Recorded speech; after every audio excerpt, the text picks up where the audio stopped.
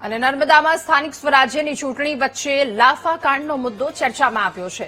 MLA Chaitar વસાવાના પત્ની વર્ષા વસાવાના સાંસદ મનસુખ વસાવાને ટોણો. કમલમમાં સાંસદ મનસુખ વસાવાને નીલ રાવનો લાફો પડ્યો. વર્ષા વસાવાએ કહ્યું, મનસુખભાઈ કેવા સાંસદ છો કે તમને લાફો માર્યો. વર્ષા વસાવાના લાફો મારવાના આક્ષેપોને લઈ સાંસદ મનસુખ વસાવાએ ફગાવ્યા છે. થોડી રકઝક થઈ હતી, પરંતુ વર્ષા વસાવા કહી રહ્યા છે એ વાત ખોટી છે. મનસુખ વસાવાએ કહ્યું, મારી અને નીલ રાવ વચ્ચેની મારામારી એ કોઈ ઘટના જ નથી બની. વર્ષા વસાવાનું આ નિવેદન સુરતથી પ્લાન્ટ કરવામાં આવ્યું છે. સુરત આમ આદમી પાર્ટીના સોશિયલ મીડિયા ગ્રુપે આ મુદ્દો ખોટી રીતે ઉછાળ્યો હોવાનું કહ્યું. જે 7 ટર્મથી સાંસદ છે, મીડિયાના માધ્યમથી અમને જાણવા મળે છે કે કમલમમાં નીલરામભાઈ સાથે કઈ લાફામારી થઈ છે, તો આપણા સાંસદને લાફો માર્યો છે નીલરામભાઈએ. તો સાંસદ મનસુખભાઈ સાંભળજો, તમે જ્યાં બી હોય ત્યાં લોકોને ખુલાસો આપો.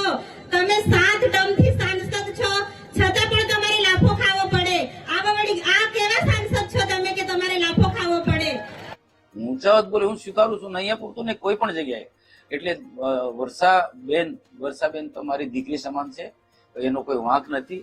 એને આમ આદમી પાર્ટીના એક સોશિયલ મીડિયામાં એનું કામ કરે છે. આમ આદમી પાર્ટીનું એ સુરતમાં કાર્યકર્તાને આ વાતની ખબર હતી, સ્પેશિયલી આવ્યો અને આ સભામાં વર્ષાબેનને તૈયાર કરી કે તમે મનસુખભાઈ ને માટે આવું બોલો.